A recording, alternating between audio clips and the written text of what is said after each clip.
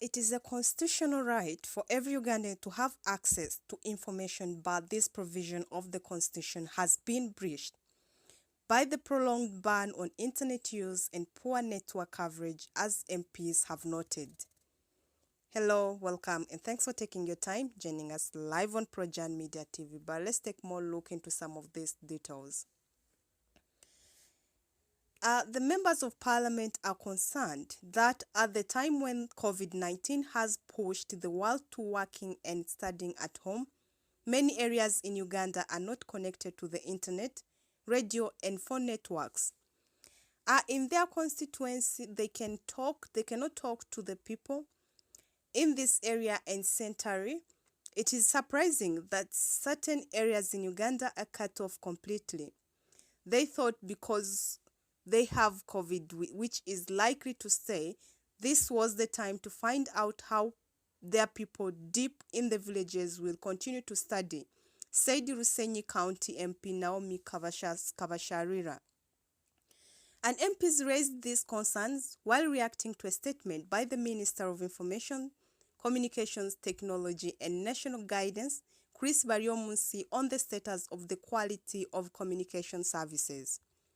Baryomunsi said that the new licenses being given out require the network providers to extend services to 90% of a given geographical area, and there are areas that as country are not covered by the operators' networks.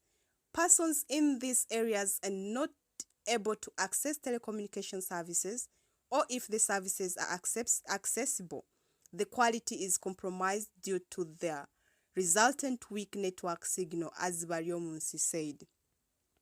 He also added that government plans to achieve 100% national coverage through the Uganda Communications Universal Access and Service Fund, which is under Uganda Communications Commission.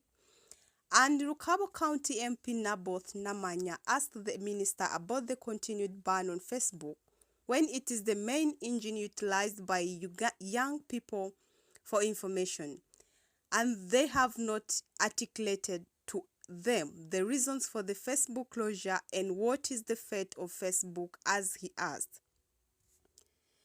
MPs complained about the charges on data and airtime, saying that telecom companies cheat users but do not get apprehended.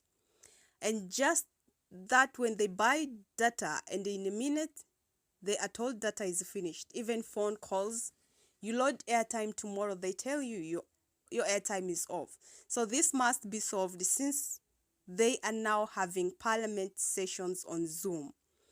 And the legislators also say that government has been adamant about the plight of people living in border districts and islands over poor network connectivity.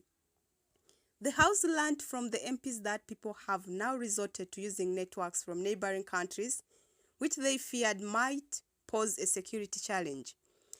And those who live in islands tend to get issues with security, but they cannot reach the people who would help them, and they have resorted to using Safaricom. There is a network in Kenya, and when there is a crime, it is not easy to reach the UPDF Marine team, as Peter Okeyo said. And Kibale County MP Cuthbert Abigaba told Parliament that Uganda outsources providers based in China to maintain the networks, which he said could lead to poor network connectivity. He added on saying that you find there is a network shut down in Uganda, but the person in charge of responding is in China. This is also a security concern, and other countries have rejected externalized networks, as Abigaba said. And Baryomunsi said his ministry is working on a project aimed at widening network coverage, with a plan to install additional masts in rural areas and other alternative internet connections, such as installing fibers in premises. Well, that is it for now. The ban on Facebook and widening network coverage, as Ugandan government urges.